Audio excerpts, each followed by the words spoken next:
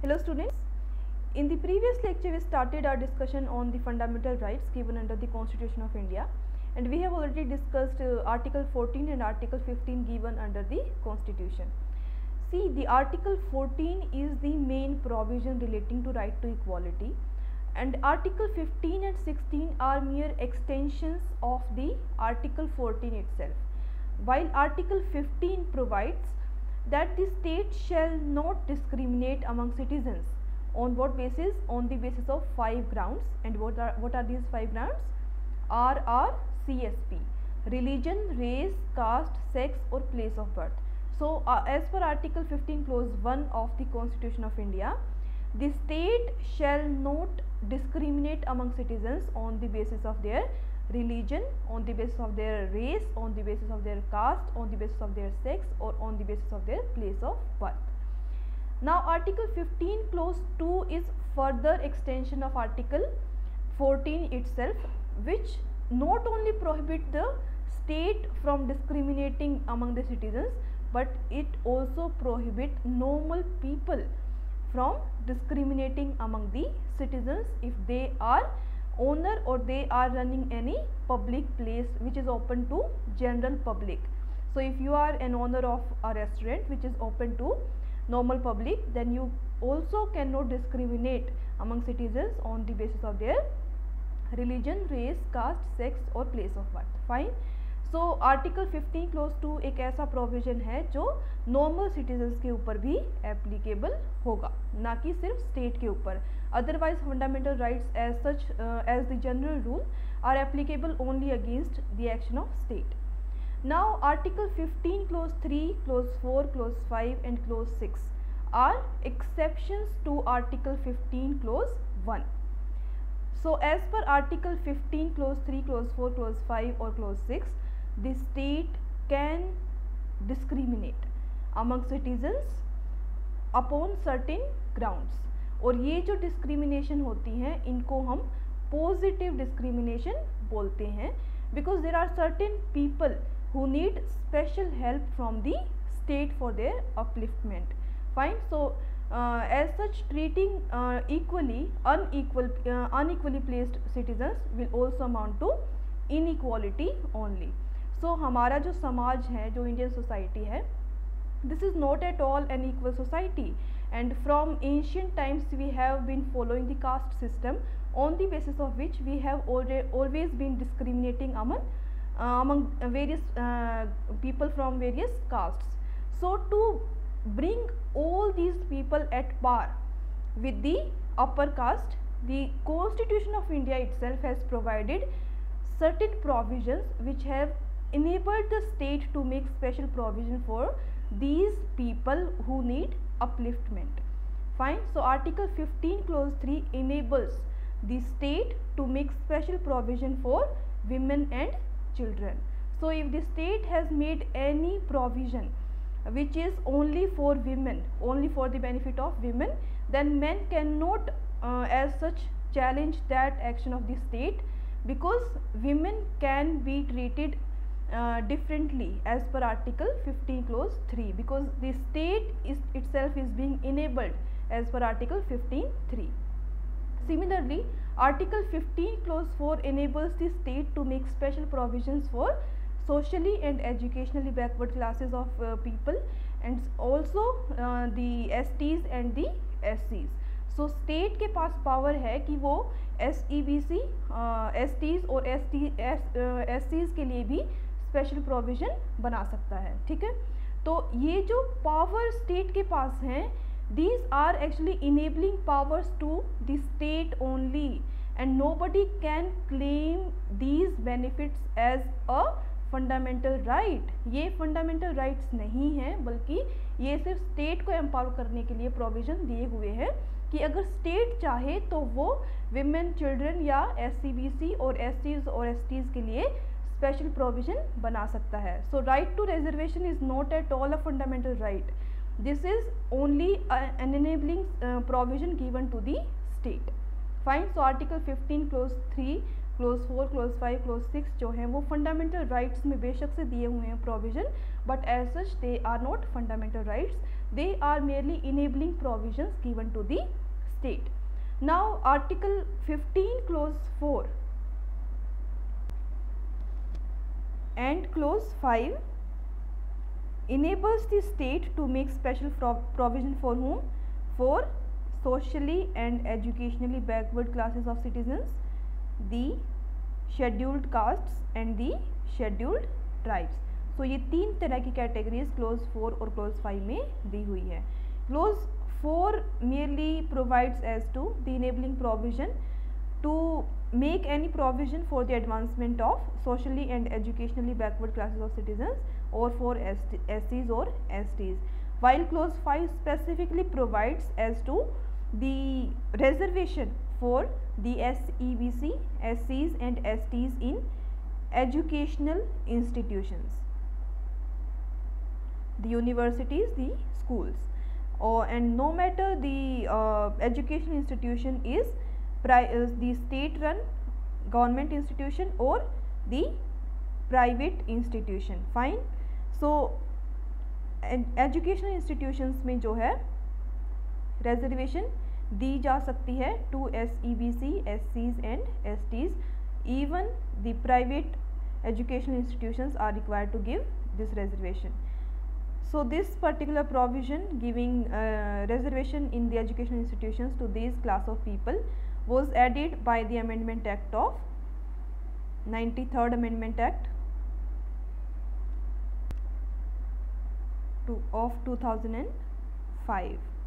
2005 में ये provision add हुआ था जिससे एजुकेशनल इंस्टीट्यूशंस में इन क्लास ऑफ पीपल को रिजर्वेशन दी जा सके. ठीक है, तो 93rd अमेंडमेंट एक्ट था ये. Now this 93rd Amendment Act of 2005 was challenged in the case of Ashok Kumar Thakur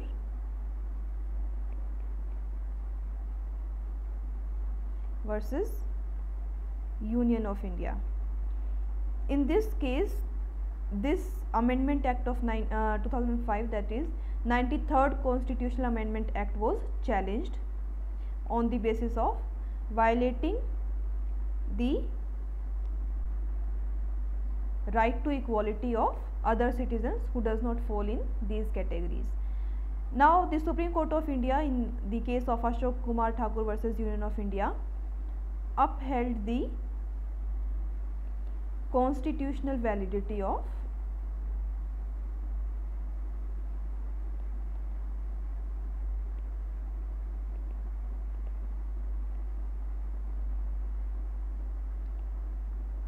Amendment Act of 2005, that is 93rd Amendment Act. So Ashok Kumar Thakur versus union of India के case में supreme court ने जो है इस provision को constitutionally valid ठहराया, जिसके बाद SEBC, SCs और STs के लिए एजुकेशनल इंस्टीट्यूशंस में भी स्पेशल रिजर्वेशन का प्रोविज़न कर दिया गया. फाइन. सो ये केस का नाम ध्यान रखना, Ashok Kumar Thakur versus union of India. और किस अमेंडमेंट एक्ट से ऐड हुआ था क्लोज 5 आर्टिकल 15 में? 93rd amendment act of 2005. Now Article 15 clause 6 is one of the most recent amendments made under the Constitution of India. This clause 6 was added in the year 2019 by which amendment act? By 103rd Amendment Act. और इस 103rd Amendment Act ने क्या किया? इस 103rd Amendment Act ने state को empower कर दिया to make special provision even for economically weaker sections of citizens. Fine. So अब EWS की कैटेगरी के लिए भी स्टेट स्पेशल प्रोविज़न बना सकता है. हालांकि इससे पहले इकोनॉमिकली वीकर सेक्शंस के लिए एज सच स्टेट के पास पावर नहीं थी टू डिस्क्रिमिनेट बिटवीन सिटीजन्स. सिर्फ educationally and socially backward classes के लिए ही स्टेट प्रोविज़न बना सकता था, लेकिन अब इकोनॉमिकली वीकर सेक्शन के लिए भी स्पेशल प्रोविज़न बनाए जा सकते हैं.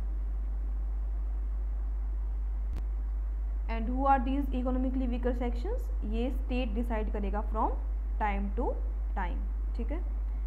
तो कोई फिक्स्ड क्राइटेरिया कॉन्स्टिट्यूशन में नहीं दिया गया है कि कौन इकोनॉमिकली वीकर सेक्शंस हैं, ये स्टेट के ऊपर छोड़ दिया गया है कि state time to time decide करेगा कि किस पर्टिकुलर फैमिली इनकम तक के लोग जो हैं इकोनॉमिकली वीकर सेक्शन में आएंगे।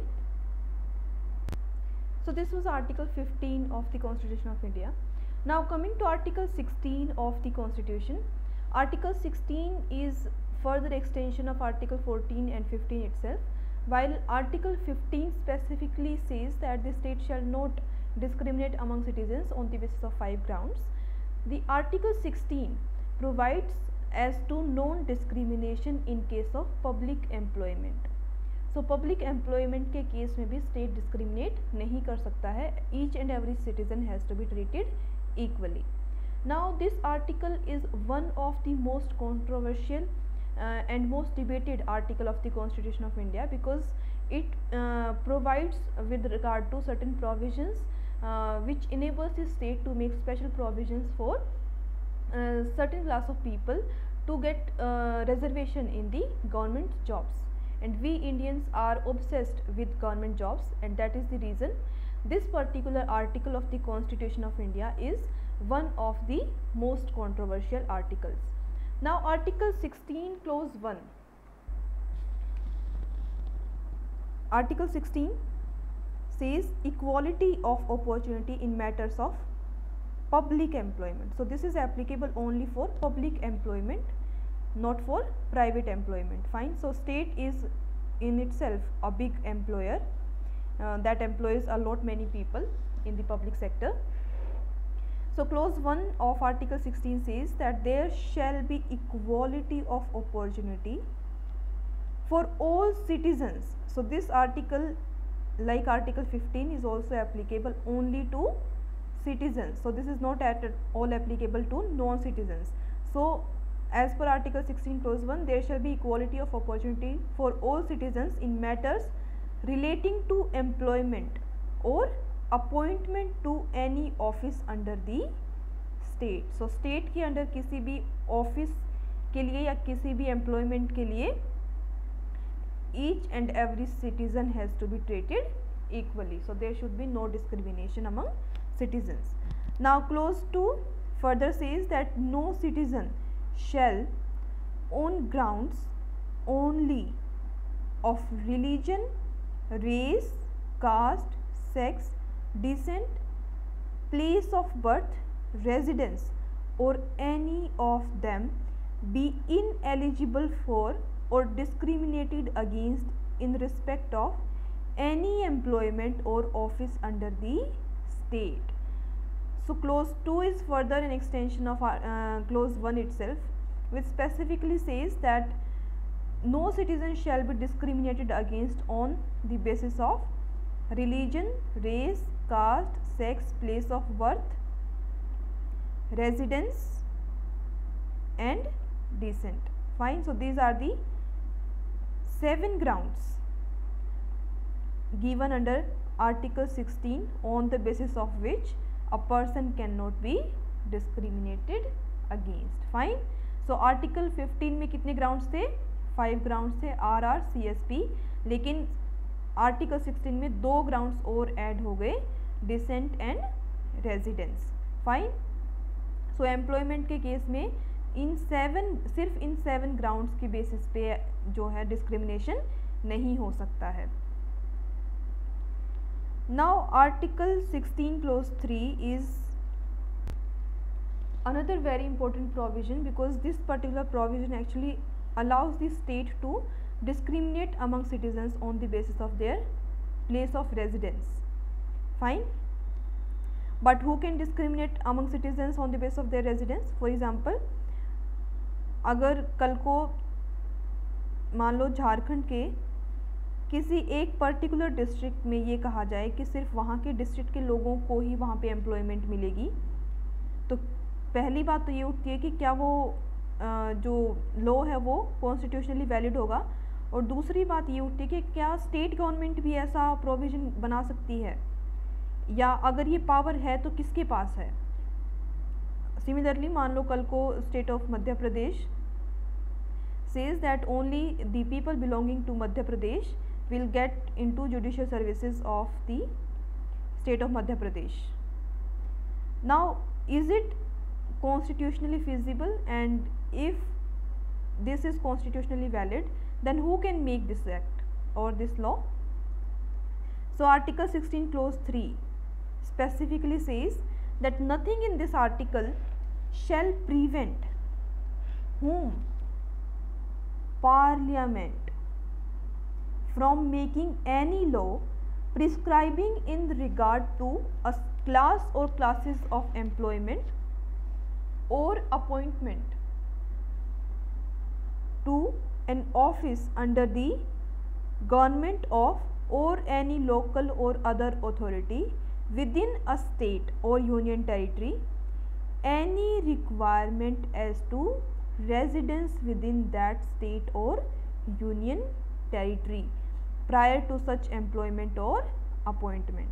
So रेजिडेंस के बेसिस पे डिस्क्रिमिनेशन हो सकता है, लेकिन वो लॉ सिर्फ और सिर्फ पार्लियामेंट ही बना सकता है, ठीक है। तो स्टेट गवर्नमेंट के पास ये पावर नहीं है कि रेजिडेंस को एक रिक्वायरमेंट बना पाए किसी एक पर्टिकुलर स्टेट में जॉब के लिए, ठीक है। तो मान लो अगर झारखंड के किसी एक पर्टिकुलर एरिया में भी अगर रेजिडेंस की रिक्वायरमेंट रखनी है, फॉर एग्जांपल अगर वो नक्सल एरिया है, नॉर्मली ये उन एरियाज़ के लिए ही होता है जिनको प्रोटेक्शन की ज़रूरत है या जहाँ पे सिर्फ उसी एरिया के लोगों को जॉब देने की ज़रूरत है। सो फॉर एग्जांपल अगर झारखंड का ये पर्टिकुलर एरिया नक्सल अफेक्टेड है, तो जाहिर सी बात है कि वहाँ के लोगों को अगर हम एम्प्लॉयमेंट देंगे तो वहाँ के लोग नक्सलाइट्स को ज्वाइन करना बंद कर देंगे। लेकिन अगर मान लो यहाँ पे हमने एम्प्लॉयमेंट सबके लिए ओपन कर दिया तो ये नक्सल जो वहाँ के रेजिडेंट्स हैं उनके बजाय बाहर के लोग ही वहाँ पे जॉब ले जाएंगे, तो मेन पर्पज़ ही विशिएट हो जाएगा वहाँ पे एम्प्लॉयमेंट जनरेट करने का। फाइन। तो ऐसे कंडीशन में पार्लियामेंट के पास एक पावर है कि वो ऐसा लॉ बना सकती है कि उस जॉब के लिए, उस पर्टिकुलर एरिया में जॉब के लिए सिर्फ वहीं के रेजिडेंट्स को ही जॉब मिल पाए, ठीक है। तो residence can be one of the ground of discrimination, but this power is given only to the parliament. सिर्फ पार्लियामेंट ही ऐसा लॉ बना सकती है जिसमें रेजिडेंस जो है एक पर्टिकुलर रिक्वायरमेंट हो सकती है किसी स्टेट में जॉब के लिए, ठीक है। तो स्टेट गवर्नमेंट के पास ये पावर नहीं है, ये बात आप ध्यान रखना। This is given under Article 16 clause 3. Now Article 16 clause 4. So this is Article 16 clause 4 of the Constitution of India, which is the most controversial article because it is clause 4 of Article 16 that actually enables the state to make reservation in government jobs to various class of people. Fine. So Article 16 clause 4 says that nothing in this article shall prevent the state from making any provision for reservation of appointments or posts in favor of any backward class of citizens which in the opinion of the state is not adequately represented in the services under the state. Fine. So Article 16 clause 4 enables the state, it gives a power to the state to make special reservation for backward class of citizens, and these are those backward class of citizens who are not adequately represented. Fine. So this is adequate representation, not sufficient or proportional representation. So जो backward class of citizens adequately represented नहीं है state government की services के under, उनके लिए जो है reservation दे सकता है स्टेट।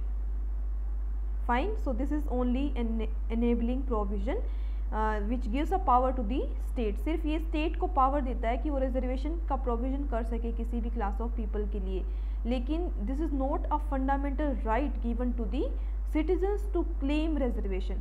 कोई भी क्लास ऑफ पीपल आके ये नहीं बोल सकता है कि आर्टिकल 16 क्लोज 4 हमें फंडामेंटल राइट दे रहा है और हमें रिजर्वेशन दो।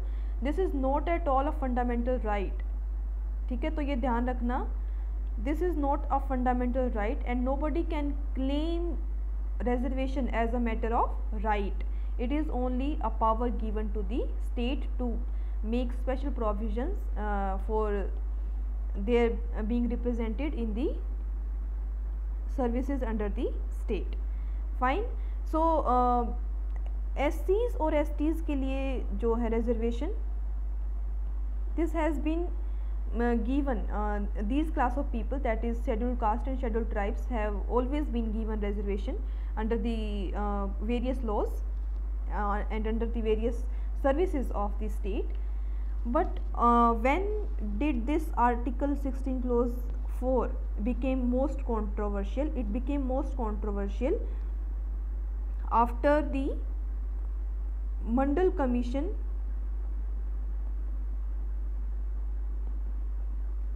after the implementation of Mandal Commission's recommendations.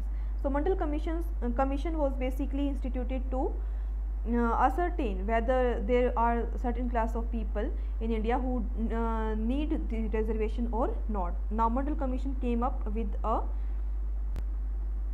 recommendation that there are many castes in India that require special treatment because they are educationally and socially backward, and they needs to be treated differently and favorably by the state in the matter of government employment.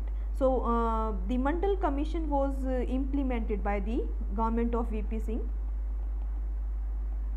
This pursuant to the recommendations of Mandal Commission, the government of Mr. VP Singh implemented those recommendations, and it provided a special category in the name of OBCs, other backward classes. Fine. So OBCs को जो है 27% reservation दी गई government jobs में. Now this reservation of OBCs became very controversial, and a lot many people actually protested against this reservation given by the state. Now this particular reservation to the other backward classes was challenged in the Supreme Court of India in the case of Indira Sahni versus Union of India. So this is a landmark judgment on the provision of reservation. So in the case of Indira Sahni versus Union of India, the Supreme Court of India upheld the validity of reservations given to the OBCs. Supreme court ने कहा कि OBCs को जो reservation दी गई है वो सही दी गई है, कॉन्स्टिट्यूशनली वैलिड है. But the Supreme Court of India then laid down certain conditions as well. One of the condition was that the maximum cap of total reservation has to be only up to 50%. सो ये 50% के ऊपर जो है reservation नहीं दी जा सकती है. 50% seats have to be unreserved seats, और बाकी 50% पे SC, ST और OBC तीनों कैटेगरीज के लिए रिजर्वेशन दी जा सकती है. फाइन. तो इस टोटल 50% में ही इंक्लूड करनी है जितनी भी रिजर्वेशन देनी है. 50% से ज़्यादा रिजर्वेशन नहीं दी जा सकती है. The other finding of the Supreme Court of India in this case was that the Supreme Court of India held that there shall be no reservation in promotion. So Supreme Court ने ये तो कहा कि initial job के लिए तो reservation valid है, लेकिन प्रमोशन के केस में रिजर्वेशन नहीं दी जा सकती है. ठीक है. अब प्रमोशन के केस में रिजर्वेशन जो है सुप्रीम कोर्ट ऑफ इंडिया ने स्पेसिफिकली कहा कि नहीं दी जाएगी. Now to undo or to override this particular finding of the Supreme Court of India, the Government of India came up with 77th Amendment Act of 1995, and this Amendment Act added Article 16(4)(a) to the Constitution of India, which provided that reservation can be given in promotion as well, but this reservation in promotion can be given only to SCs and STs. So OBCs के लिए promotion में reservation नहीं दी जा सकती है as per Article 16 Clause 4A, but SCs STs को जो है promotion के case में भी reservation दी जाएगी. So fine. Now another finding of the Supreme Court of India in the case of Indira Sahni versus Union of India was that even among the OBCs, the Supreme Court of India held that the reservation can be given only to the most backward sections among the OBCs, that is, a creamy layer has to be decided among the OBCs, and the people among the OBCs who are above this creamy layer shall not be given reservation. Fine. So creamy layer किस basis पर decide करना था? Economically advancement पे, कि OBCs के case में जिसके पास already जो इकोनॉमिकली वेल सेटल्ड है उनको OBCs के केस में रिजर्वेशन नहीं मिलेगी. Now a committee in the headed by Ramnandan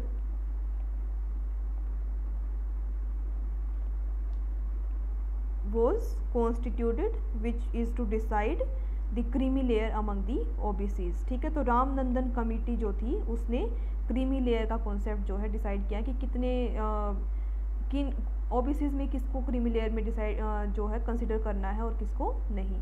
this was Ramnandan committee. Fine. So this was article 16 close 4.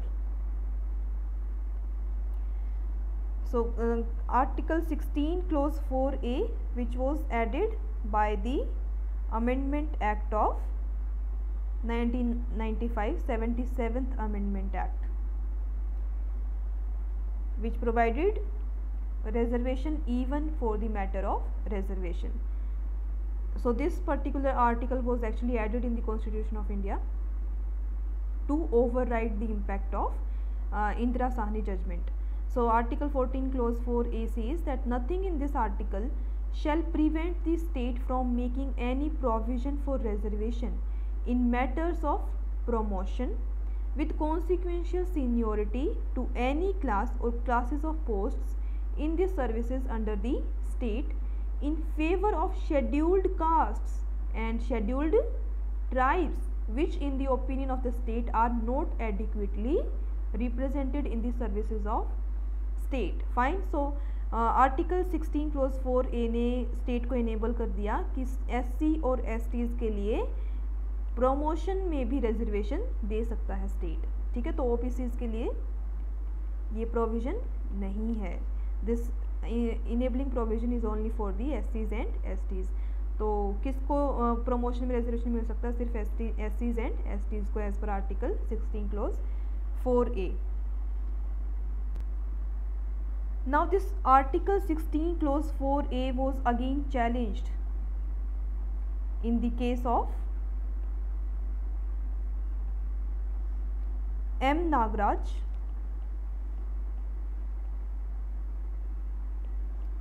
versus Union of India. This is a 2007 judgment. Fine. So 77th Amendment Act से जो 16 clause 4A का provision add हुआ था जिससे reservation में भी जो promotion है उसमें भी रिजर्वेशन दी जा सकती थी, उसको चैलेंज किया गया M. Nagaraj versus union of India के केस में. In this case, in this landmark judgment, the Supreme Court of India upheld the constitutional validity of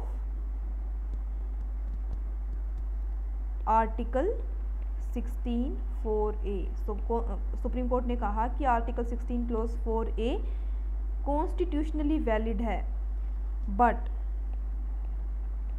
the Supreme Court of India in the case of M Nagaraj versus union of India emphasized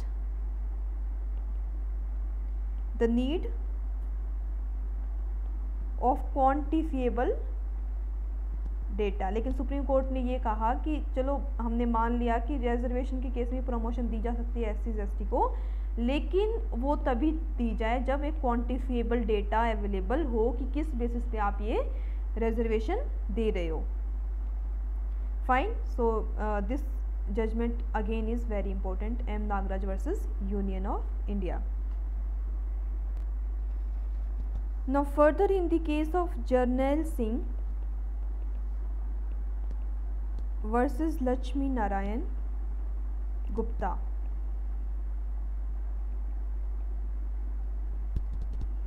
this is a judgment of year 2018. So Jarnail Singh versus Lakshmi Narayan Gupta के case में फिर से reservation in promotion के ऊपर जो है dispute था। इन that case the Supreme Court of India upheld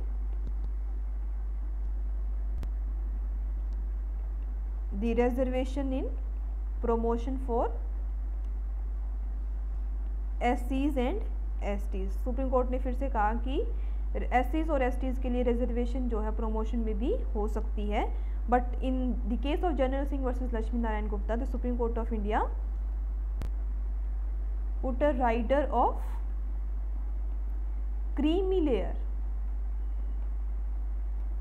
even for SCs and STs but only in the matter of reservation in promotion। So creamy layer जो है डिसाइड किया गया कि reservation in promotion जो है इस creamy layer के ऊपर बेस्ड होगा। जो creamy layer से ऊपर की जो कैटेगरी में जो SC ST आते हैं उनको रिजर्वेशन इन प्रमोशन नहीं मिल सकता है, लेकिन क्रीमी लेयर के नीचे जो आते हैं उन SC STs को प्रमोशन के केस में भी रिजर्वेशन दिया जा सकता है। Then recently in the year 2020 in the case of Mukesh Kumar versus state, this is a judgment of 2020 itself। In this case the Supreme Court of India re-emphasized or reiterated its own previous stance that there is no fundamental right to reservation in promotion। So ये तो हमें पहले से पता ही था, but supreme Court of India ने Mukesh Kumar versus state के case में फिर से reiterate किया कि reservation in promotion जो है is only an enabling provision given under the Constitution of India and there is no fundamental right to claim reservation in promotion। ठीक है, तो कोई fundamental right नहीं है कि आप कोर्ट में जाके ये बोलो कि हमारा जो fundamental right infringe हो रहा है और हमें reservation in promotion नहीं दिया जा रहा है। सो सिर्फ स्टेट को पावर दी गई है कि अगर स्टेट चाहे तो रिजर्वेशन इन प्रमोशन दे सकता है, लेकिन अगर स्टेट नहीं दे रहा then you can not really go to the court of law to get your right implemented because you do not have any fundamental right to claim reservation। So this is the only reiteration of the previous stance of the Supreme Court of India। अब होता क्या था कि जो OBCs थे या SCs specially STs इनको reservation तो दे दी स्टेट ने, लेकिन इसके बावजूद भी इनकी सीटें कई बार खाली रह जाती थी क्योंकि कुछ केसेस में ऐसे होता था कि इनके जो कैंडिडेट्स होते थे वो मिनिमम क्वालिफाइंग मार्क्स नहीं अटेन कर पाते थे, जिसकी वजह से इनके लिए रिजर्व जो सीटें थी वो खाली रह जाती थी, या फिर इनके कैंडिडेट्स का हो सकता है जनरल कैटेगरी में ही सिलेक्शन हो गया हो और बाकी किसी का सिलेक्शन ना हुआ हो, या फिर बाकी जो ST कैटेगरी के या SC कैटेगरी के जो कैंडिडेट्स थे वो क्वालिफाई ना कर पाए हो एग्ज़ाम को क्वालिफाइंग लिमिट तक भी। ठीक है, तो ऐसी सिचुएशन में जो SCs और STs की जो सीट थी वो काफ़ी बार खाली रहने लगी। So article 16 clause 4B was added by the 81st amendment act to the constitution in the year 2000 in order to secure those unfilled seats from the reserved category।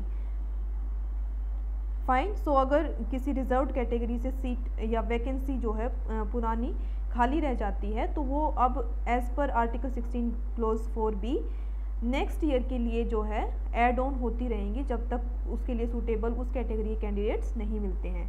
So article 16 clause 4B says that nothing in this article shall prevent the state from considering any unfilled vacancies of a year which are reserved for being filled up in that year in accordance with the provision for reservation made under clause 4 or clause 4a as a separate class of vacancies to be filled up in any succeeding year or years. So previous year की अगर कोई vacancy खाली रह जाती किसी एक class of reserve category के लिए तो वो सक्सीडिंग ईयर में एड ऑन होती चली जाएगी. And such class of vacancy shall not be considered together with the vacancies of the year in which they are being filled up for determining the ceiling of 50% reservation on the total number of vacancies of that year. So for example अगर 2019 में किसी एक particular state में total 100 vacancies आई हैं जिनमें से 10 vacancies जो हैं वो एससी के लिए रिज़र्व थी. अब इन 10 वैकेंसीज़ में से सिर्फ फॉर एग्ज़ाम्पल 5 ही फिल हो पाई और 5 जो है वैकेंट रह जाती हैं. फाइन. सो 2019 में एससी कैटेगरी के लिए 5 वैकेंसी वैकेंट रह गई. अब 2020 में अगेन 100 वैकेंसी जो है नोटिफाई की गई. फाइन. अब इन 100 वैकेंसी में फॉर एग्ज़ाम्पल अगेन 10 वैकेंसीज़ जो हैं वो एससी के लिए आई हैं और बाकी 90 वैकेंसी जो हैं बाकी फॉर एग्ज़ाम्पल जनरल कैटेगरी के लिए हैं.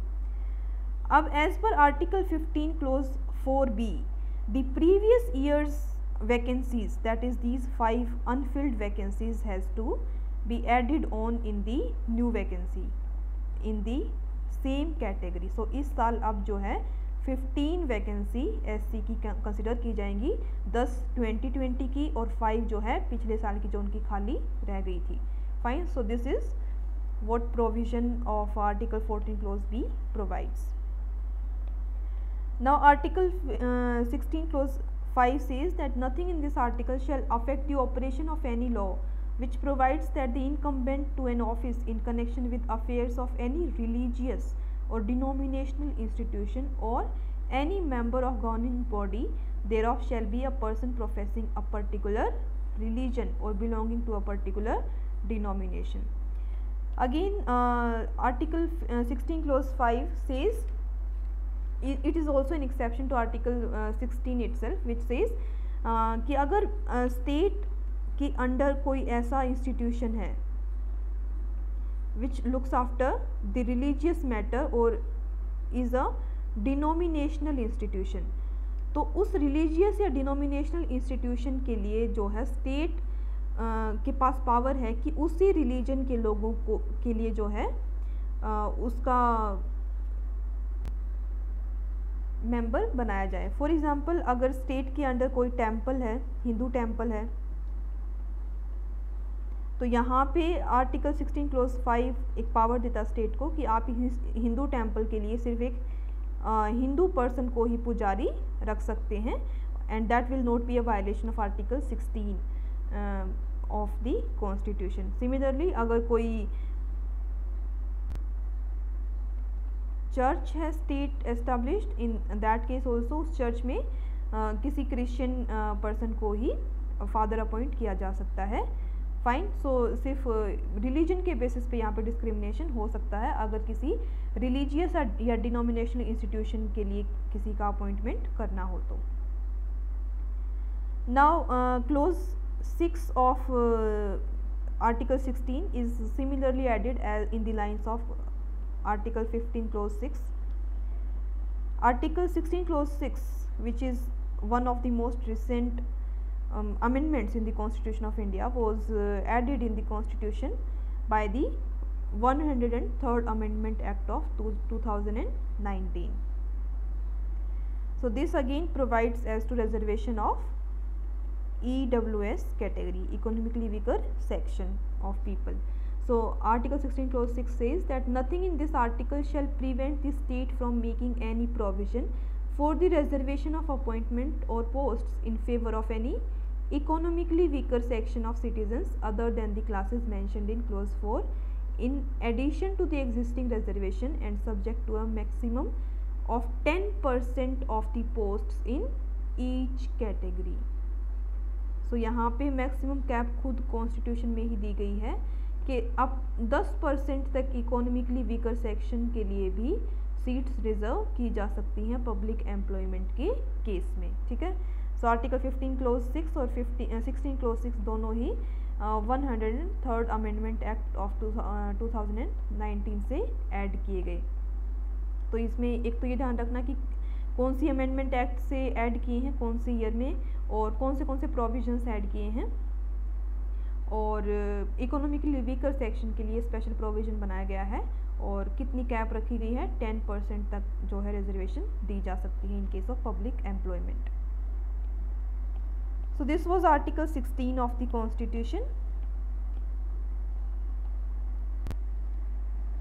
Now article 17 provides as to abolition of untouchability. So this is not as such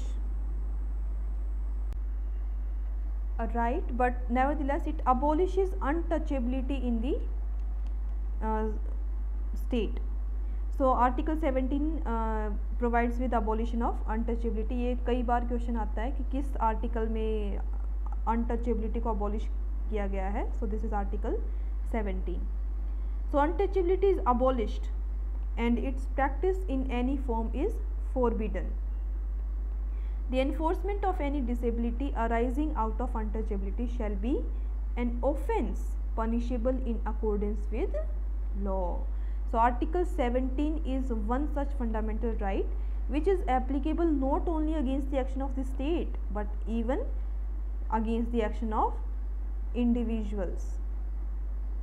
सो अगर कोई नॉर्मल सिटीजन भी अनटचेबिलिटी को प्रैक्टिस कर रहा है, that can also be a violation of fundamental right of the other person, ठीक है, and that will be an offence punishable in accordance with law. Now pursuant to article 17 of the constitution of India, civil rights act was enacted that specifically dealt with the abolition of untouchability and certain provisions that were applicable if somebody practice untouchability. Fine. So civil rights act जो है is further an extension of article 17. Now article 18 further brings in equality among the people because it abolishes the titles, ताकि सब लोग एक जैसे समान दिखें, किसी को हम राजा साहब ना बोलें, किसी को हम प्रिंस ना बोलें। फाइन। सो इन टाइटल्स को जो है अबॉलिश कर दिया गया after article 18.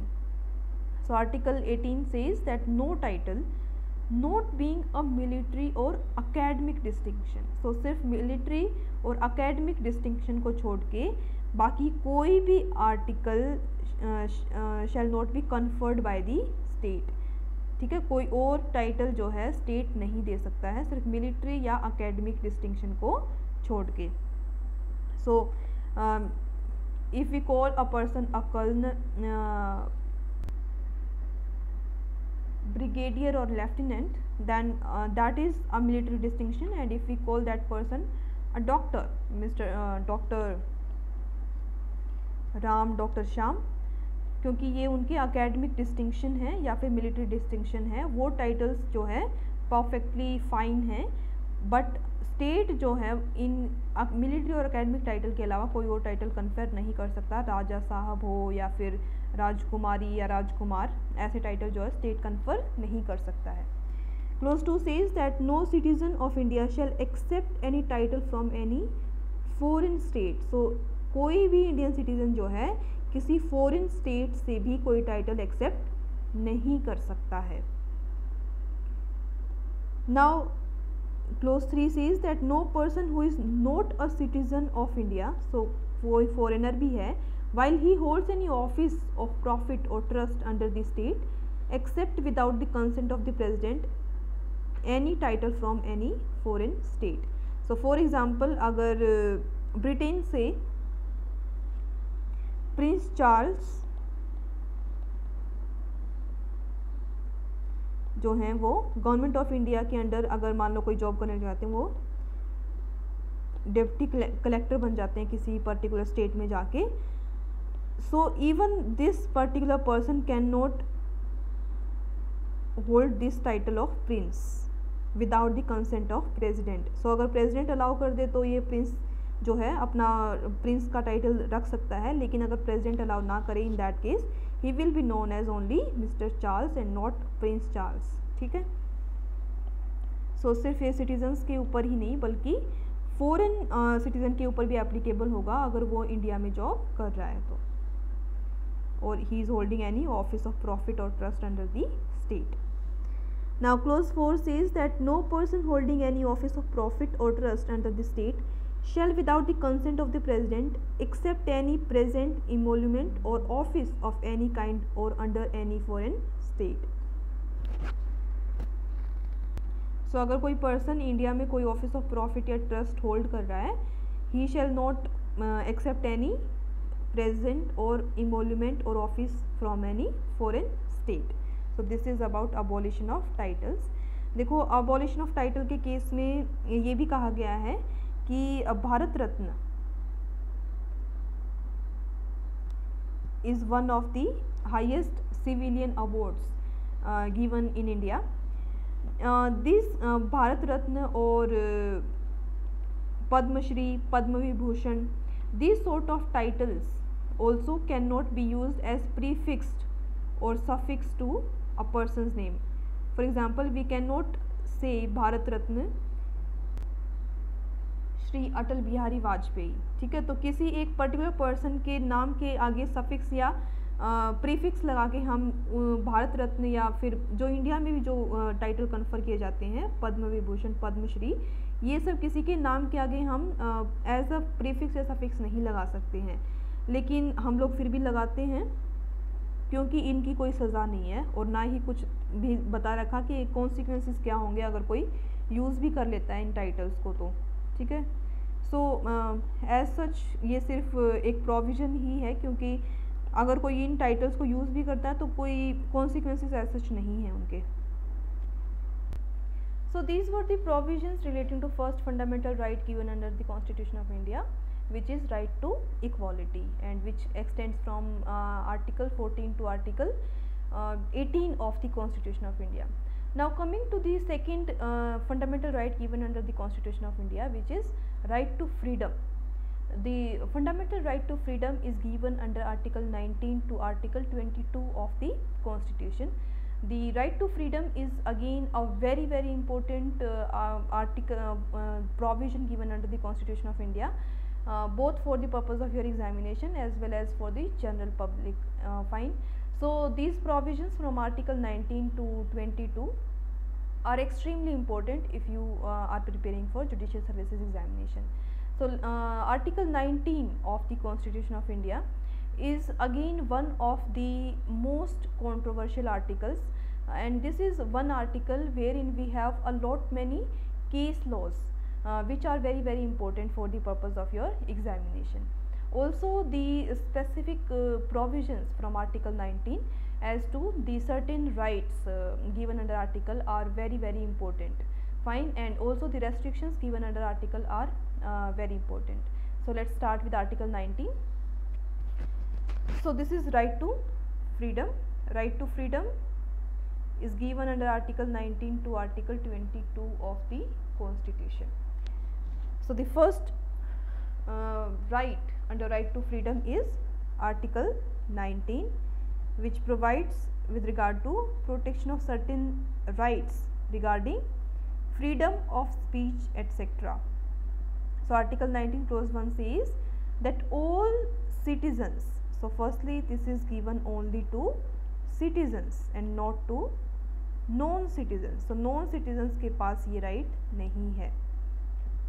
All citizens shall have the right. What right? Clause A, subclause A, to freedom of speech and expression. So every citizen shall have a right to freedom of speech and expression. Subclause B says a right to assemble peaceably and without arms. So any citizens can assemble peaceably without arms as a matter of fundamental right, because assembly is one form of expressing their opinion. Then we have clause C, subclause C, which says fundamental right to form associations or unions or cooperative societies. So a citizen shall have a fundamental right to form associations, unions, kisan unions for example, or trade unions, or cooperative societies. So every citizen shall have right to form association, unions and cooperative societies. Then subclause D says fundamental right to move freely throughout the territory of India. Indian territory में कहीं पे भी move करने का अधिकार. Then subclause e says to reside and settle in any part of territory of India. So you can not only move, सिर्फ move ही नहीं बल्कि आप वहाँ पे रिजाइड एंड सेटल डाउन भी कर सकते हो इंडियन टेरिटरी में किसी भी प्लेस पे.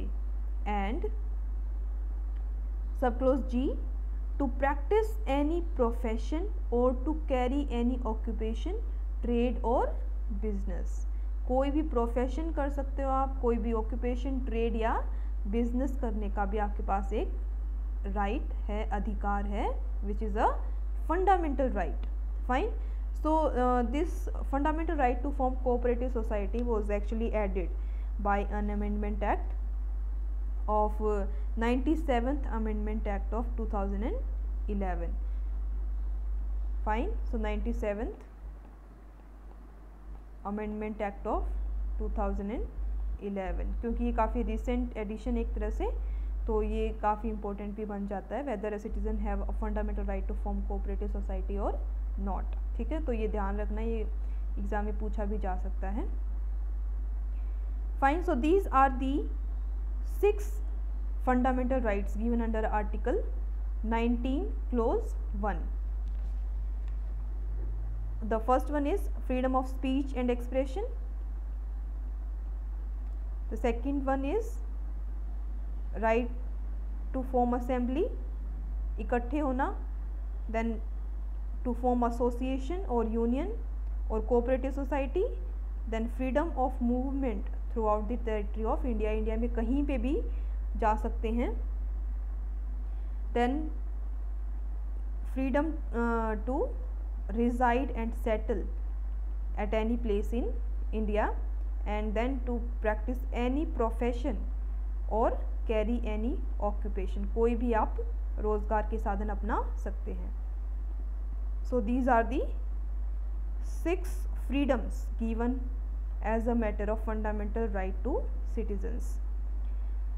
एक बात इसमें ये ध्यान रखना कि सबक्लोज एफ जो था, this was about the freedom to acquire property, and this particular fundamental right was deleted from Article 19 clause 1 subclause F by which amendment act? By 44th Amendment Act. Fine. So where do we have the right to property now under the Constitution of India? कहाँ पे है right to property अब? Under Article 300A. So a right to property is no more a fundamental right under Article 19 clause 1 subclause F, and this has been moved to Article 300A as only a constitutional or legal right. Fine. So F जो है वो delete हो चुका है. So E के बाद यहाँ पे आप सीधा G आता है. अब ये जो 6 फ्रीडम्स हैं अंडर आर्टिकल 19, ये सारे काफ़ी इंपॉर्टेंट हैं, जिसमें से क्वेश्चन बहुत बार आता है, स्पेशली प्रीलिम्स में. मेंस में तो सिर्फ सब क्लोज ए से ही बनता है क्वेश्चन मेनली, बट प्रीलिम्स के पॉइंट ऑफ व्यू से ये 6 के 6 फ्रीडम जो हैं बहुत ज़्यादा इंपॉर्टेंट हैं. और कई बार तो सीक्वेंस में भी पूछ लेते हैं कि article 19 clause 1 sub close D में कौन सा राइट है. So we need to memorise these 6 freedoms in sequence. Fine. So I have made a trick to memorize these 6 freedoms in sequence. So let's take an example of a child. It can be you also. So when you were a child, you started speaking or expressing your feelings at the age of 2 or 3. 2 या 3 साल का जब कोई भी बच्चा होता है वो बोलना शुरू कर देता है. Fine. So the child started exercising his fundamental right to speak. ठीक है, स्पीच, और he started to exercise his fundamental right of speech and expression. Now when he grew up a little bit, for example say when he became of 4 years old, then he started going to school. और school में क्या होती है? assembly, right? so school में जो है उसने assembly में जाना शुरू कर दिया. फिर then when he grew up a little bit more, he became friends with other people, and he created an association of friends, or he became a part of union of friends. ठीक है, association या union का part बन गया. Then when he grew up a little bit more, for example after completing his schooling at the age of 18, he moved out of his hometown for higher studies. ठीक है, तो movement हो गया उसका. Then he grew up a little bit more. Then after moving to a different place, he resided there. Not only did he move, सिर्फ वो गया ही नहीं बल्कि वहाँ पे रहने भी लग गया और सेटल डाउन भी हो गया. Fine. Now once he started residing there, he then got a job, or he started his own livelihood. Fine. So उसने अपना एक जॉब भी शुरू कर दिया, प्रोफेशन या बिजनेस.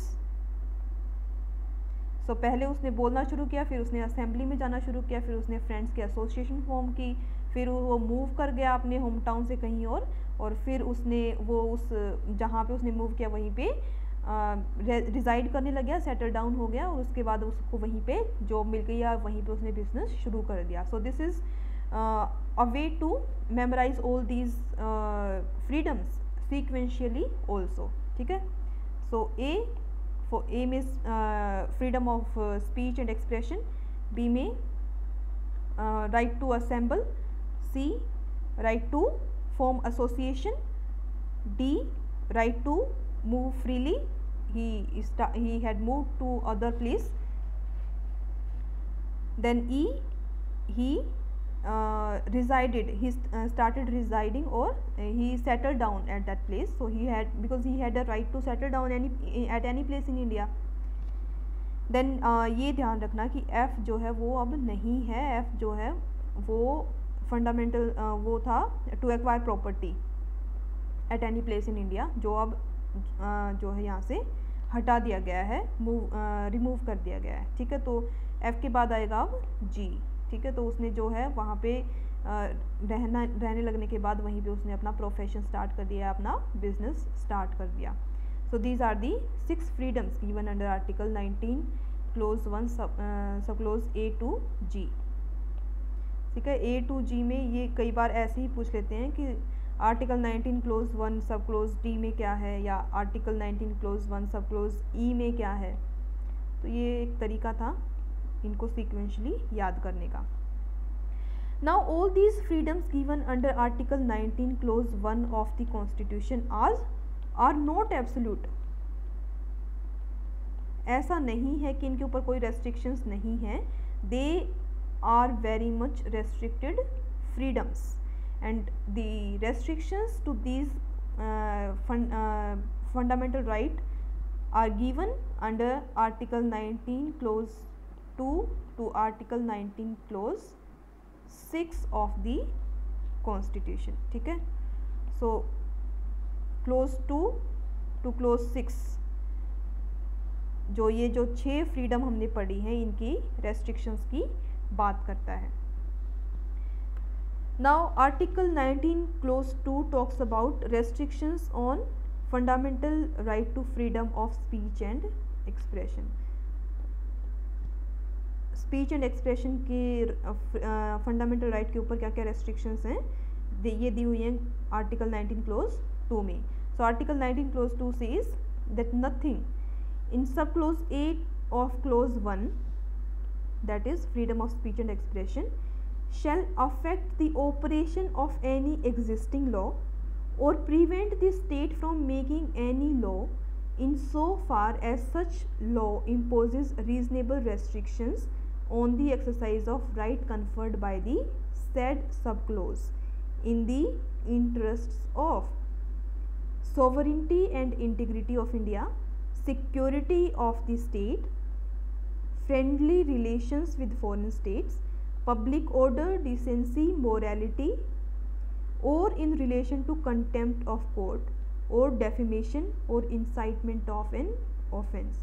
So ये टोटल 8 ग्राउंड्स दे रखे हैं क्लोज 2 में आर्टिकल 19 के, जिनके बेसिस पे स्टेट के पास पावर है कि वो fundamental right of speech and expression को रेस्ट्रिक्ट कर पाए. फाइन. सो इन 8 ग्राउंड्स पे स्टेट जो है अगर कोई लॉ बनाता है to restrict the fundamental right to freedom of speech and expression, that will be perfectly valid.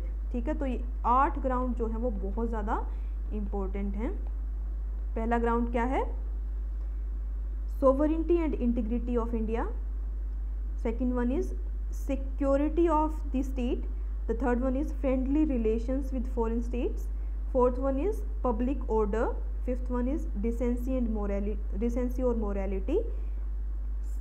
Fifth one is contempt of court. Sorry, this is sixth one. Seventh is defamation, and eighth and last one is incitement of an offence. So आप कोई offence incite नहीं कर सकते हो in the name of exercising your fundamental right to freedom of speech and expression. ना ही आप contempt of court कर सकते हो, ना ही आप दूसरे को डिफेम कर सकते हो. आप ये नहीं बोल सकते हो कि मैं डिफेम कर रहा हूँ तो क्या हुआ, मैं तो अपने फंडामेंटल राइट को एक्सरसाइज कर रहा हूँ, मेरे पास कुछ भी बोलने का अधिकार है. लेकिन नहीं, आपके पास कुछ भी बोलने का अधिकार नहीं है. आपके पास सिर्फ उतना ही बोलने का अधिकार है जब तक इन सारी कंडीशंस में फॉल नहीं कर रहा है. If you are not impacting the sovereignty and integrity of India, if you are not impacting the security of the state, अगर आपको मान लो कुछ ऐसी बात पता चल गई है जो स्टेट की सिक्योरिटी को हार्म कर सकती है, even then you cannot claim the fundamental right to speech and expression. Then if you have got something which can impact the friendly relations with foreign state, then also you cannot be allowed to speak up that thing. Also you cannot be allowed to speak on something that can hamper public order or decency or morality. ठीक है. तो ये 8 grounds हैं जिनके ऊपर fundamental right to freedom of speech and expression को curtail down किया जा सकता है. Sovereignty and integrity of India, security of state, friendly relations with foreign states, public order, decency or morality, contempt of court, defamation and incitement of offence. So these are the 8 grounds which can curtail down your freedom of speech and expression. So your fundamental right to freedom of speech and expression is basically subject to these 8 conditions. Fine. तो 8 ground है total. एक तो ये याद रखना. दूसरा, exam में कई बार ये भी पूछा जाता है particular ground. For example defamation दे दिया, whether this can be a ground to curtail down fundamental right to freedom of speech and expression. So how do we really memorise all these 8 grounds? So to memorise these 8 grounds, यहाँ पे हम एक छोटा सा change करेंगे. Sovereignty and integrity की जगह हम याद करेंगे integrity and sovereignty of India. ठीक है. तो बात तो एक ही है. Integrity and sovereignty of India, security of state, friendly relations with foreign state, public order, defamation, decency and morality. Sorry, this one is decency or morality. Then contempt of court, then defamation and incitement of an offence. So these are the main 4 restrictions. This can be memorized through a keyword SFI, CID, PD. So SFI is Students Federation of India. For example, if Students Federation of India has committed a wrong, in that case CID came forward and investigated the wrong committed by Students Federation of India. और CID में कौन है? PD, Pradyuman. तो अगर आपने CID जो आता है सोनी टीवी पे वो देखा होगा तो आपके लिए काफ़ी आसान रहेगा, बट नहीं भी देखा है तो आप याद कर लीजिए कि CID में एक ऑफिसर का नाम है प्रद्युमन जो इन्वेस्टिगेशन करता है. ठीक है, तो SFI ने कोई ऐसा काम कर दिया जिसके लिए CID के प्रद्युमन को इन्वेस्टिगेशन करनी पड़ी. सो SFI, CID, PD.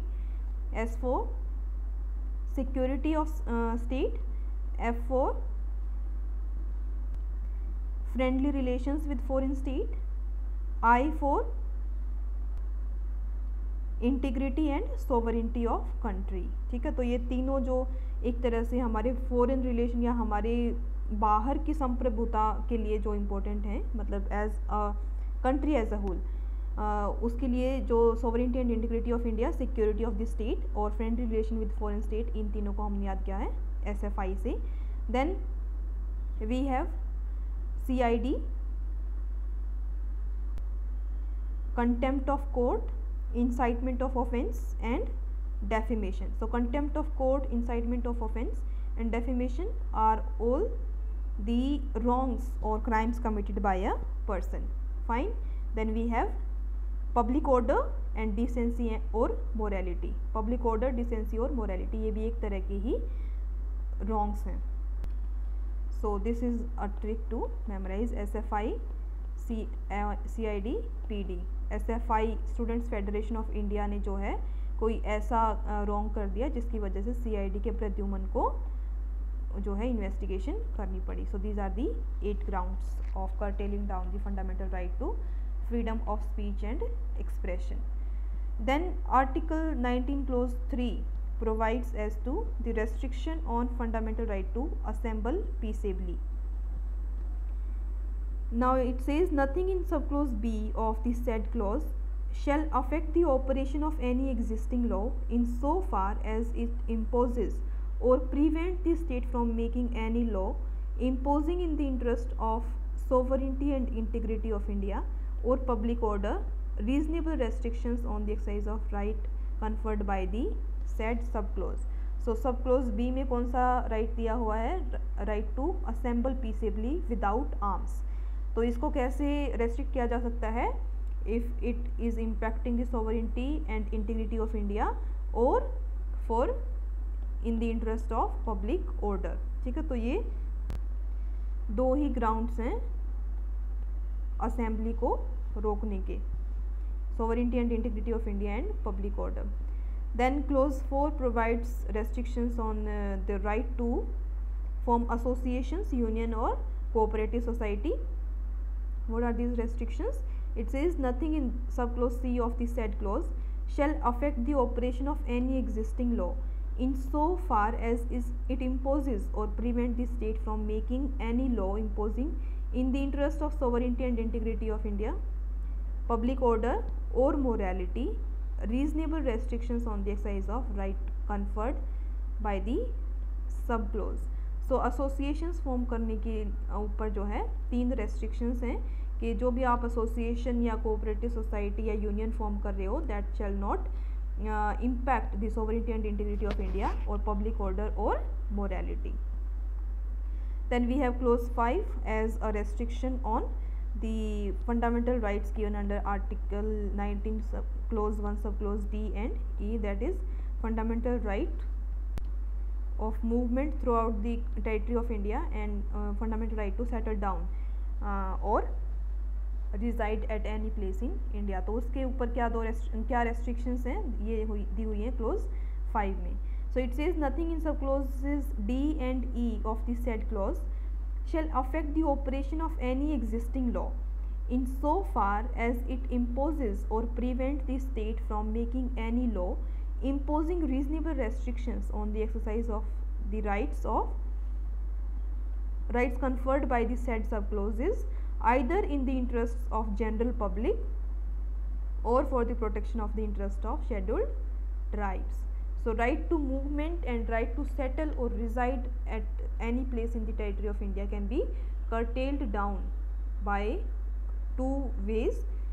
For the interest of general public के interest के लिए भी movement रोका जा सकता है. For example, if you are so if somebody is a corona patient तो उसके मूवमेंट को रोकना बहुत ज़रूरी है, नहीं तो बहुत ज़्यादा स्प्रेड हो सकता है, right. So in the interest of general public the movement of that person has to be restricted, that is his fundamental right to movement has to be cut down. Similarly, for the protection of interest of scheduled tribes as well, the fundamental right to move or the fundamental right to settle down at any place in India can be curtailed down. तो कुछ ऐसे areas हैं जहाँ पे सिर्फ tribal areas के लिए ही reserve होते हैं वो एरियाज़, और अगर कोई बाहर का कोई आता है तो there is always a fear that this tribe may lose its identity.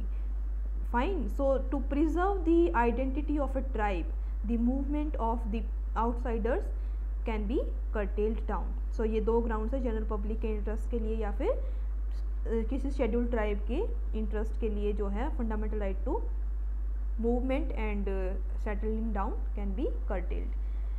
Then we have clause 6 of article 19 which provides as to the restriction on the fundamental right to do any profession, business और trade. तो कोई occupation करने से भी कैसे रोका जा सकता है, this is given under article 19 clause 6 and it says nothing in subclause G of the said clause shall affect the operation of any existing law in so far as it imposes or prevent the state from making any law imposing in the interests of general public reasonable restriction on the exercise of the right conferred by the said subclause, and in particular nothing in the said subclause shall affect the operation of any existing law in so far as it relates to or prevent the state from making any law relating to professional technical qualification necessary for practicing any profession.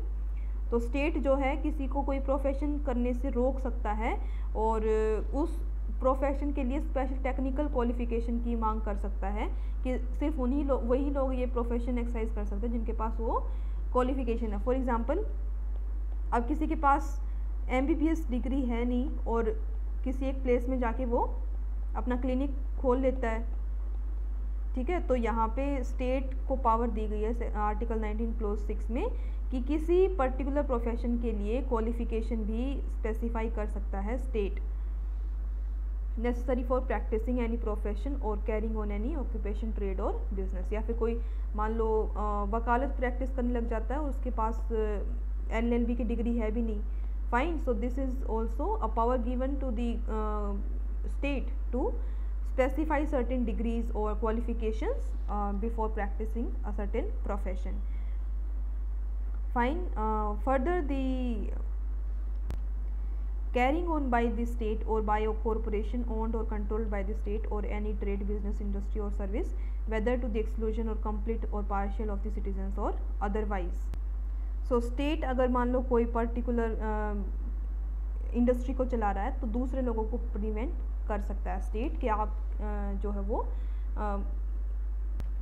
As a matter of fundamental right claim नहीं कर सकते. For example, state जो है किसी एक particular industry की या business की मोनोपोली भी ले सकता है to the exclusion of other citizens. Now coming to the cases on Article 19, we have some landmark judgment on Article 19 of the Constitution. One of the judgment is Bennett Coleman and Corporation versus Union of India. So in this case, the Supreme Court of India held that in India, the press has a fundamental right, that is we have a fundamental right of press. देखो, जब तक press के पास ही freedom नहीं होगी तब तक लोगों के पास वो बात कैसे जाएगी, और जब तक लोगों को इन्फॉर्मेशन नहीं मिलेगी तब तक वो अपने जो मूलभूत अधिकार है, fundamental right to speech and expression, वो कैसे एक्सरसाइज करेंगे, ठीक है। तो अगर उनको खुद ही कुछ नहीं पता होगा तो वो क्या बोलेंगे और क्या एक्सप्रेस करेंगे, ठीक है। तो fundamental right to speech and expression is also it also provides the fundamental right of freedom of press. So freedom of press is also a part of fundamental right to speech and expression under article 19 of the constitution. This was held in the case of Bennett, Coleman and Corporation versus Union of India. Another important case from article 19 is Secretary of Ministry of Information and Broadcasting versus Cricket Association, Bengal. This is a judgment from 1995. In this case, the Supreme Court of India held that the right to information is also a part of fundamental right to speech and expression under article 19 clause 1. So this is again a very important judgment. Then we have the judgment of Union of India versus Naveen Jindal.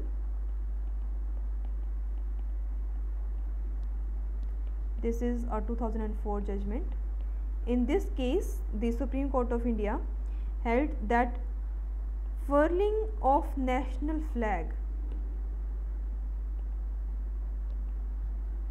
is a part of fundamental right of freedom of speech and expression under article 19 clause 1. So इससे पहले जो है हमारा तिरंगा झंडा normally किसी building पे फहराया जाना प्रोहिबिटेड था, but after the judgment of Union of India versus Naveen Jindal, the Supreme Court of India actually allowed furling of national flag even on private places, but there are certain certain conditions that needs to be respected while furling the national flag in the private premises, ठीक है। तो union of India versus Naveen Jindal के case में तिरंगा झंडा फहराए जाने की जो है परमिशन दी गई थी एक तरह से, and it was also held as a part of.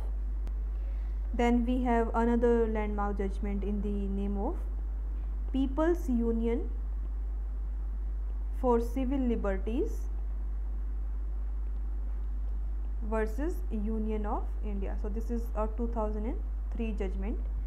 In this case, the Supreme Court of India held that the voters have a fundamental right to know the antecedents of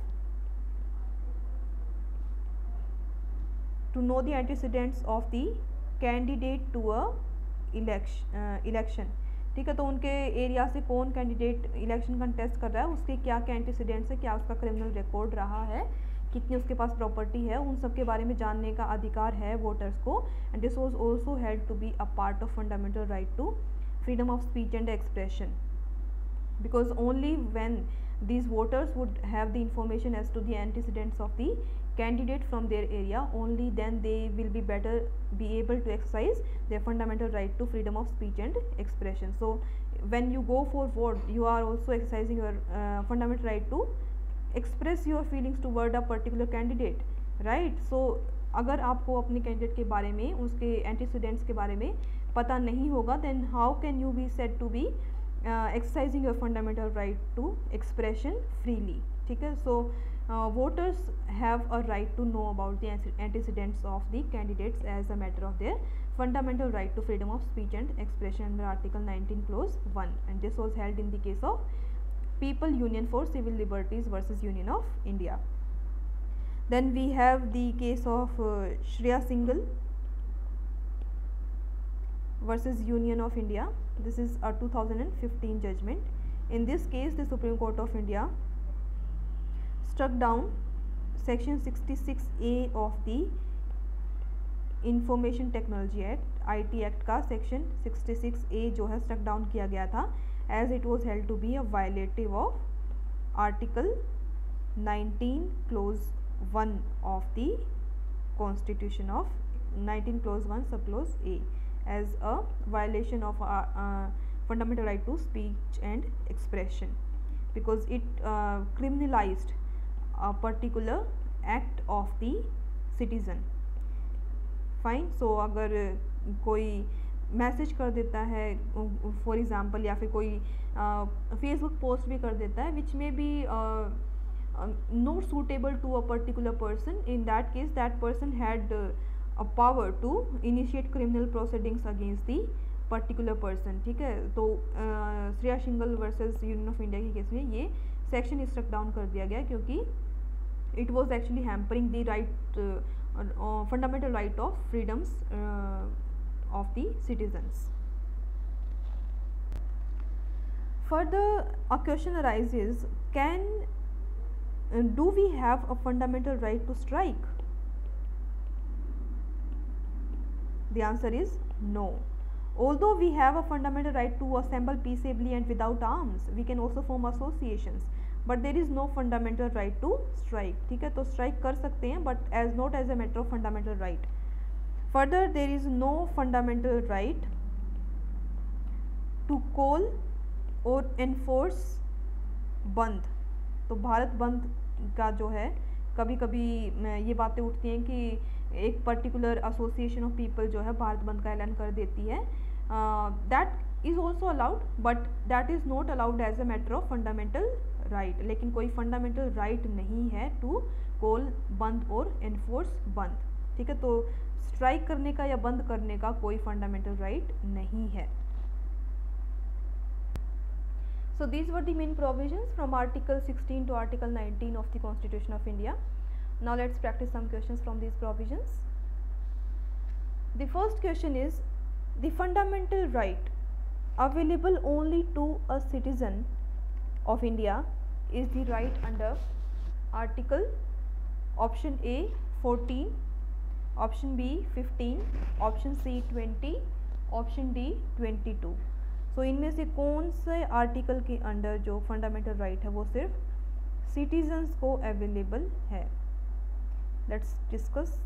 article 14 में article 14 के under जो right to equality है वो दिया हुआ है to any person, that is citizen as well as non citizen.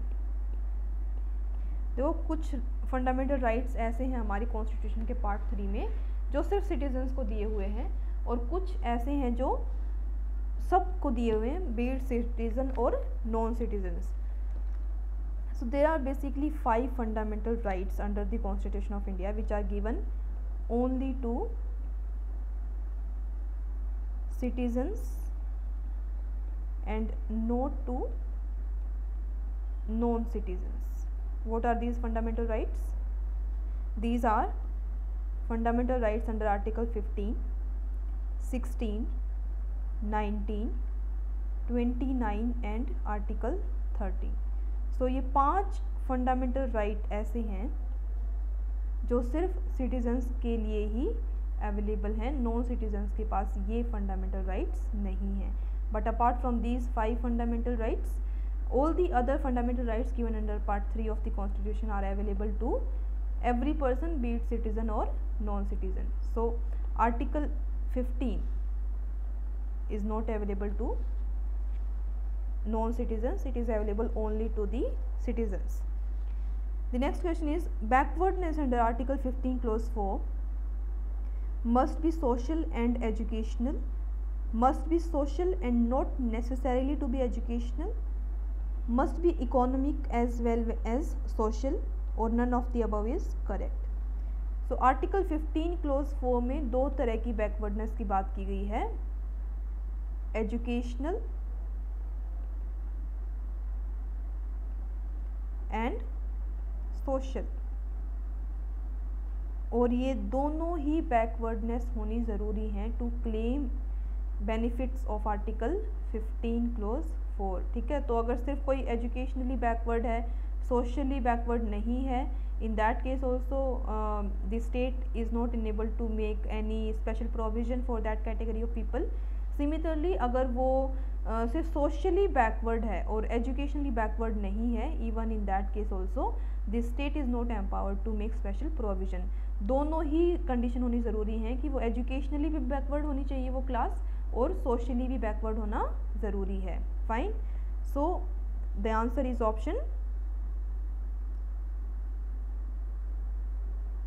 A, the class must be social and well, as well the backwardness has to be social and educational. The next question is, in which recent case the Supreme Court of India held that transgenders fall in the category of socially and educationally backward classes? So किस case में supreme Court of India ने कहा कि transgenders जो हैं वो भी socially and educationally backward classes में फॉल करते हैं, मतलब उनको भी ओबीसीज के अंडर जो है रिजर्वेशन दी जाए? Option a NALSA versus union of India, option b Dashrath Singh Roop Singh Rathod versus state of Maharashtra, option c Arnesh Kumar versus state of Bihar, option d none of the above. So it was held in the landmark judgment of Nalsa versus Union of India. The next question is, which of the following amendments of the Constitution is related with the reservation in private educational institutions? और कितना percent reservation दी गई थी private education institutions में? 25%. और वो किस amendment act के through दी गई थी? 91st amendment act, 92nd amendment, 93rd और none of the above. So this provision is given under which article of the Constitution? This is given under Article 15 Clause 5. ठीक है, तो एजुकेशनल इंस्टीट्यूशंस में reservation की बात की गई है आर्टिकल 15 क्लोज 5, और वो चाहे स्टेट फंडेड एजुकेशन इंस्टीट्यूशंस हों या फिर इवन प्राइवेट एजुकेशन इंस्टीट्यूशंस हों. So article 15 clause 5 was added in the constitution of India by the which amendment act? Which amendment? 93rd amendment of 2005. The next question is, equality of opportunity in matters of public employment is guaranteed to all citizens of India, is guaranteed to all residents of India, is available to persons of Indian origin irrespective of citizenship, is not provided for in the Constitution. So equality of opportunity in matters of public employment is given under which article? Article 16. And this is given, this is guaranteed to only the citizens of India and not to all residents of India. ठीक है, तो सिर्फ citizens को ही ये right available है. The next question is, Article 16 Clause 1 of the Constitution of India incorporates the concept of distributive justice, numerical equality, equality by results or equality of opportunity. So Article 16 Clause 1 basically incorporates the concept of equality of opportunity. So सबके पास जो है समान opportunity होनी चाहिए. In which case the Supreme Court upheld the validity of the constitutional amendments providing for reservation and promotions of certain categories of persons. किस case में reservation and promotion को upheld किया था सुप्रीम कोर्ट ने? Ashok Kumar Thakur versus union of India, M Nagaraj versus union of India, Indira Sawhney versus union of India और Som Prakash versus union of India. देखो Ashok Kumar Thakur versus union of India किस बात से रिलेटेड है? This is related to the 93rd amendment act, जिसमें educational institutions में socially educationally backward classes एससीज STs को जो है रिजर्वेशन दिया गया था by addition of article 15 clause 5. ठीक है, तो वो था अशोक कुमार ठाकुर. देन इंदिरा साहनी के केस में तो ये कहा गया था कि कॉन्स्टिट्यूशनली वैलिड नहीं होगा giving reservation in promotions.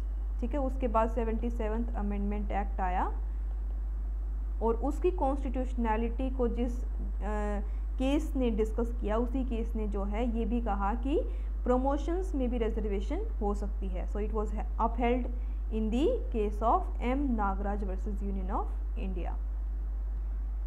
In which case has the Supreme Court of India decided that the reservation should be less than 50%? किस केस में कहा कि रिजर्वेशन 50% से कम होना चाहिए? Champakam Dorairajan versus state of Madras, M.R. Balaji versus state of Mysore, R. Chitralekha versus state of Mysore, और none of the above.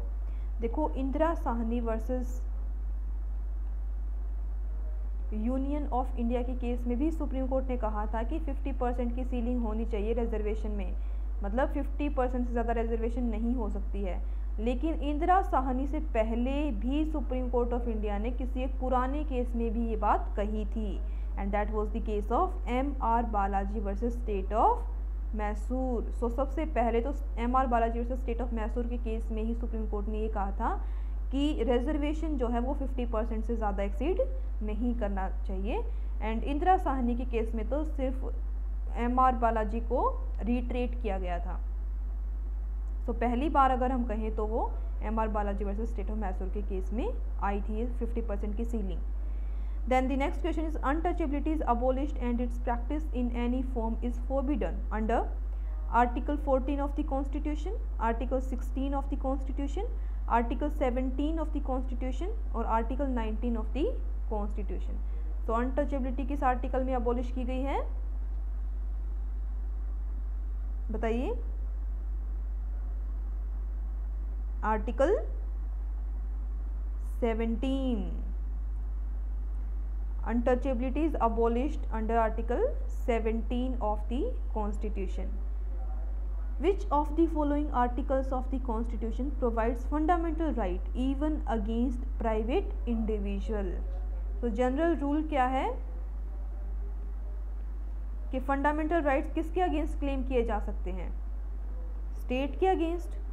But there are certain fundamental rights which are available even against a private individual. और उनमें से एक फंडामेंटल राइट कौन से article में दिया हुआ है? आर्टिकल 14, आर्टिकल 17, आर्टिकल 25 और article 19. So the fundamental right under article untouchability वाला जो राइट है that is abolition of untouchability, and fundamental right against untouchability is available even against a private individual as well, and this is given under article 17. So article 17 जो है वो private individual के against भी एक fundamental right है. Which constitutional amendment inserted the provision for reservation of appointments in favor of economically weaker sections of citizens? 85th Amendment Act, 102nd Amendment Act, 103rd Amendment Act और 104th Amendment Act. किस Amendment Act में economically weaker section को reservation दी गई है? This is given in the year 2019 by which amendment act? By 103rd Amendment Act. तो ये question क्योंकि recent का बनता है तो आने के काफ़ी चांसेस रहते हैं. ठीक है, तो इकोनॉमिकली वीकर सेक्शंस को 103वीं अमेंडमेंट एक्ट जो 2019 में हुई थी उसके थ्रू रिजर्वेशन दी गई. और मैक्सिमम कितनी रिजर्वेशन हो सकती है? Maximum 10%. And this is given under article 16 clause 6 of the Constitution. Recently, in which case the Supreme Court of India reiterated that reservation in promotions is not a fundamental right? Option A, Mukesh Kumar and another versus State of Uttarakhand. Option B, Ashok Kumar Thakur versus Union of India. Option C, Indira Sahni versus Union of India. Option D, PUCL versus Union of India. सो किस case में supreme court ने recently ये कहा है कि reservation in promotion कोई fundamental right नहीं है? जो फंडामेंटल राइट नहीं है, but the state can give reservation in promotion, लेकिन not as a matter of fundamental right. You can not claim reservation in promotion as a fundamental right. This has been reiterated recently in the year 2020 judgment itself. 2020 की ही judgement है. कौन सी judgement है वो? Mukesh Kumar and another versus state of Uttarakhand. The next question is, in which of the following cases the Supreme Court of India unanimously held the right to privacy is a fundamental right under Article 21 of the Constitution? Indian Young Lawyers Association versus Union of India, Justice K.S. Puttaswamy versus Union of India, Navtej Singh Johar versus Union of India, Suresh Kumar Kaushal versus Naz foundation. किस case में right to privacy fundamental right कहा गया है recently और unanimous judgment थी वो?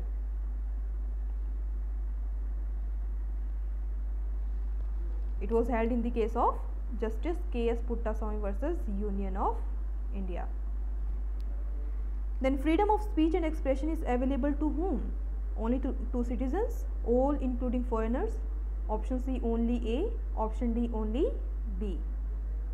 So fundamental right to speech and expression जो है वो सिर्फ और सिर्फ citizens के पास ही available है. This is not given to non-citizens. So answer is option C. देखो ऐसे क्वेश्चंस जब आते हैं तो अगर आप ऑप्शन ए भी मार्क करोगे तो वो भी सही रहेगा, राइट? कि आप ये बोलो कि सिटीजन्स को लिए अवेलेबल है। अब ऑप्शन सी है वो भी कहीं ना कहीं सेम यही बात कह रहा है, राइट? कि सिर्फ ऑप्शन ए, तो अगर ऑप्शन ए भी आप करके आते हो तो वो भी सही लगता है और ऑप्शन सी भी करते हो तो वो भी सही लगता है। लेकिन ऐसे केसेस में कोशिश करना कि जो स्पेसिफाई कर रखा हो जहाँ पे कि सिर्फ ए में ही मिलेगा, ए को ही मिलेगा, वही मार्क करें। बट नेवरदलेस अगर ऐसा कोई क्वेश्चन आता भी एग्जाम में तो उसकी की चेंज हो जाती है बाद में, but still to be on the safer side जिसमें स्पेसिफाई कर रखा हो वो वाला मार्क करके आए। Which of the following article of the constitution of India is related to liberty of press? Article 19, article 20, article 21 और आर्टिकल 22।